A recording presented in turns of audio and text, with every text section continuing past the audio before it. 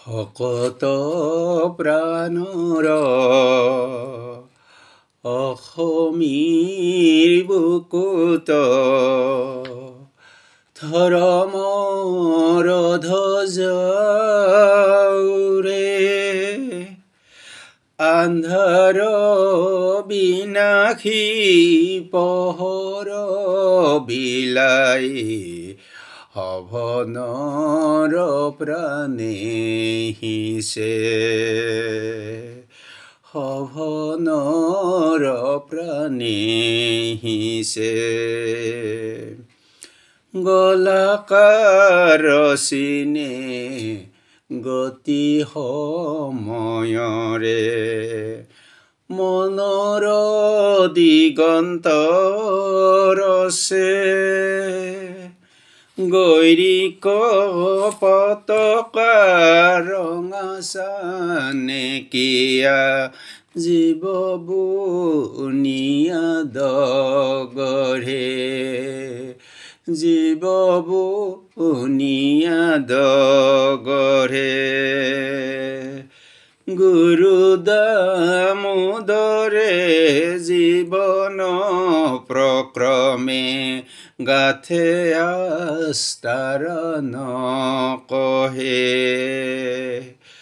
সূৰুজয়া ভাৰে জ্ঞানবন্তী জলে, প্ৰণামী লৈ কাতৰে, প্ৰণামী লৈ কাতৰে। পৰম ব্ৰহ্মৰ ব্ৰহ্মা বিষ্ণু শিৱ, আত্মা চিত গুৰুতে ৰহে। ওম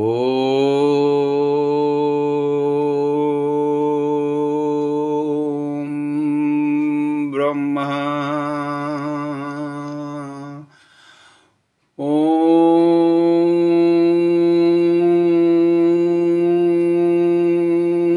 বিষ্ণু,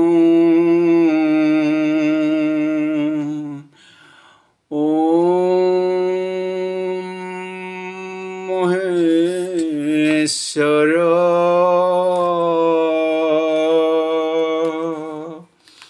গুৰু দেৱ দামোদৰৰ ধৰ্মত বেদ আদি শাস্ত্ৰ, খণ্ড ৭৮ ভাগৱত পুৰাণৰ ৪ৰ্থ স্কন্ধৰ ১বিংশতি অধ্যায়ৰ শিৰোনাম প্ৰজাগণৰ প্ৰতি পৃথুৰ অনুশাসনৰ অন্তিম অংশ ভাষিত কৰিবলৈ প্ৰয়াস কৰাৰ লগতে ভগৱান শ্ৰীকৃষ্ণক আমাৰ হৃদয়ৰ পদ্মত নিবাসস্থলীত কাতৰে প্ৰণতি জনাইছোঁ।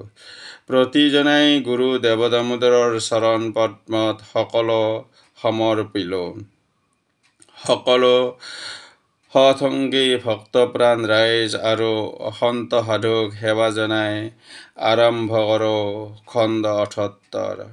৭৮ খণ্ডত শেষৰ দিনত অৰ্থাৎ আজি মোৰ প্ৰথম অনুৰোধ থাকিল, বিশেষকৈ গুৰু ভাই ভনী দাদা বাইদেউসকললৈ যাতে এই খণ্ডটি শেষলৈ শ্ৰৱণ দৰ্শন কৰে।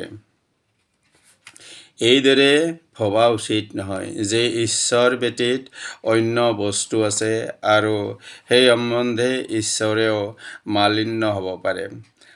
ভগৱান সতত স্বৰূপ, গতিকে পৰিশুদ্ধ আৰু নিত্যমুক্ত যি প্ৰকৃতি কৰ্মৰ দ্বাৰা মলিন, সেয়া তেওঁৰ নিকটত অভিভূত হয়।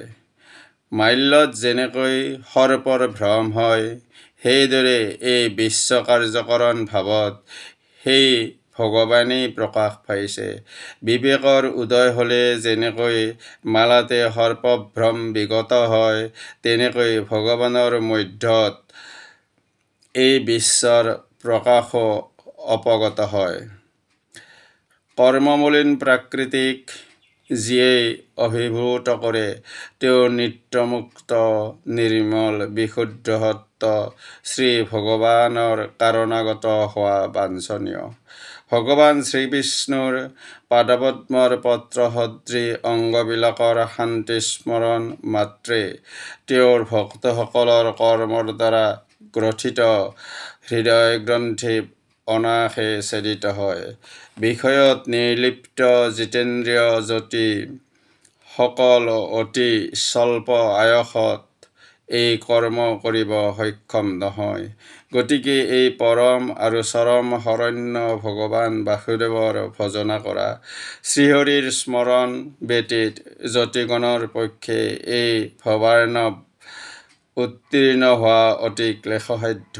তেওঁৰ কৰ্মগ্ৰন্থি ভেদ কৰি কাম আদি ছয় কুম্ভীৰ সংকুল ভৱসাগৰ অতিক্ৰম কৰিবলৈ চোৱা, কিন্তু সেয়া অতি কষ্টকৰ।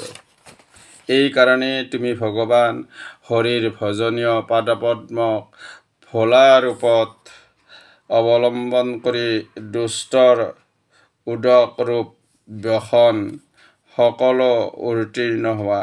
মৈত্ৰীয়ে ক'লে, হে কুৰুশ্ৰেষ্ঠ বিদুৰ, ব্ৰহ্মপুত্ৰ আত্মজ্ঞানী সনত কুমাৰী এই ভাৱত অন্তস্থ সম্যক প্ৰকাশ কৰিলে। মহাৰাজ পৃথুই তেতিয়া তেওঁক স্তব কৰি ক'ব ধৰিলে, হে ব্ৰাহ্মণ, হে ভগৱান দীনাৰ্তৰ প্ৰতি কৰোণাশীল ভগৱান শ্ৰীহৰি পূৰ্বেই আমাৰ প্ৰতি যি অনুগ্ৰহ প্ৰকাশ কৰিছিল, সেয়া সম্পূৰ্ণ কৰিবলৈ আপোনালোকৰ আগমন হৈছে। যি কাৰণে আপোনালোকে আহিছে, সেই সকলো সম্পূৰ্ণ হৈছে। এতিয়া আমি আপোনালোকক কি গুৰুদক্ষিণা দিম? আমাৰ দেশ আৰু ৰাজ্যত প্ৰতি আমাৰ কোনো সত্তাধিকাৰ নাই, কাৰণ সাধুপুৰুষসকলে এইবিলাক যজ্ঞৰ অন্তত স্বীকাৰ কৰি উচ্ছিষ্টৰ সদৃশ সেয়া আমাক প্ৰদান কৰিছে। তথাপি ভৃত্যই যেনেকৈ প্ৰভুক তামোল আদি অৰ্পণ কৰাৰ দৰে আমাৰ প্ৰাণ, স্ত্ৰী, পুত্ৰ, গৃহ, ৰাজ্য, পৃথিৱী, সৈন্য, ৰাজকোষ আদি আপোনাক নিবেদন কৰিলোঁ। সেনাপতিত্ব, ৰাজ্য, দণ্ড দিয়াৰ কৰ্তৃত্ব আৰু সকলো লোকৰ ওপৰত আধিপত্যৰ অধিকাৰী একমাত্ৰ বেদজ্ঞ ব্ৰাহ্মণসকল।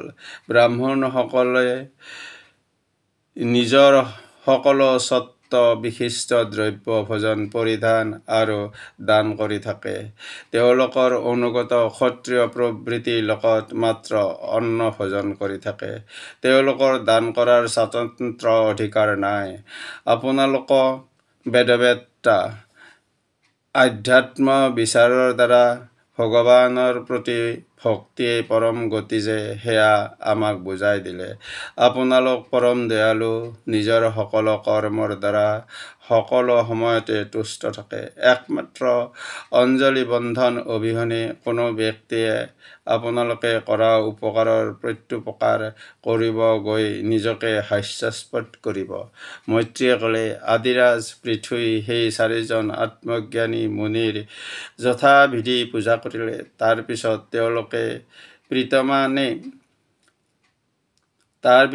তেওঁলোকে প্ৰীতমণি পৃথুৰ শীলতা গুণৰ প্ৰশংসা কৰি কৰি আকাশপথে গমন কৰিলে।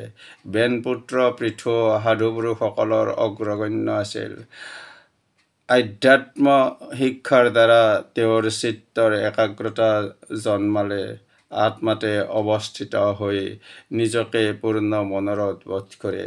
দেশ কাল অনুযায়ী যি যি কৰ্ম কৰা সমীচীন, তেওঁৰ যিমান বিত্ত, যিমান শক্তি আৰু যি ধৰণৰ অনুষ্ঠান কৰা উচিত, সেই অনুসাৰে পৰম ব্ৰহ্মত সমৰ্পণ কৰি সমুদায় কৰ্ম কৰিব ধৰিলে।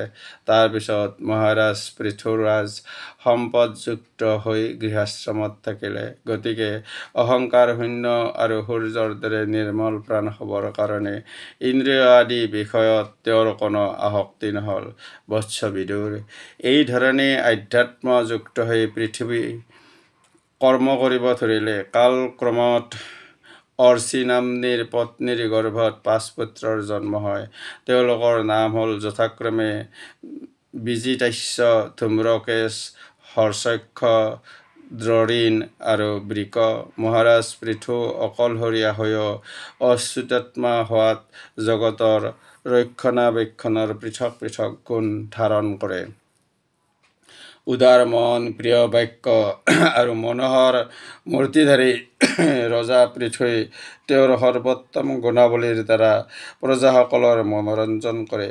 এইদৰে তেওঁ দ্বিতীয় চন্দ্ৰৰ সদৃশে ৰাজা নাম সাৰ্থক কৰিছিল। সূৰ্যদেৱে যেনেকৈ পৃথিৱীৰ পৰা ৰস গ্ৰহণ কৰে, তাৰ পিছত পুনৰ বৰষুণৰ দ্বাৰা সেই ৰস পৃথ্বীৰ প্ৰজাসকলৰ পৰা সম্বৎসৰ কৰ গ্ৰহণ কৰে, আকৌ তেওঁলোকে সেয়া প্ৰত্যাৰ্পণ কৰে।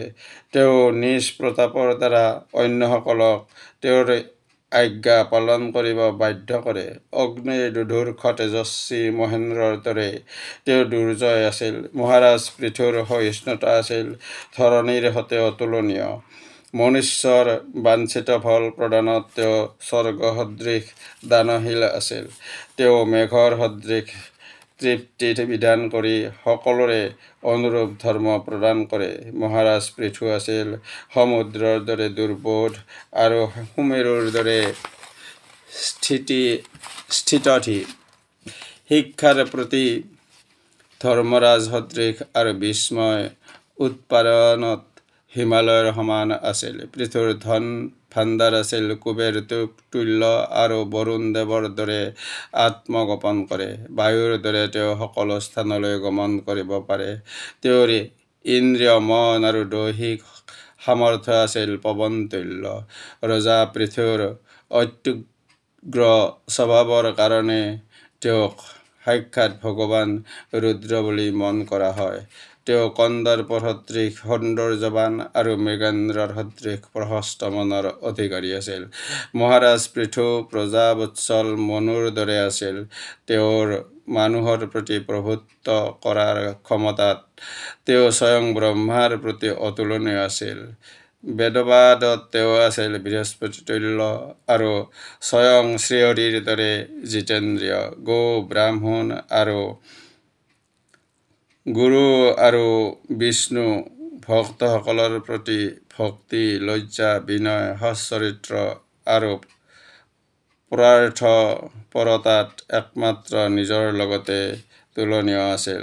ত্ৰিভুৱনৰ সকলো স্থানত পুৰুষসকলে তেওঁৰ যশ কীৰ্তন কৰে।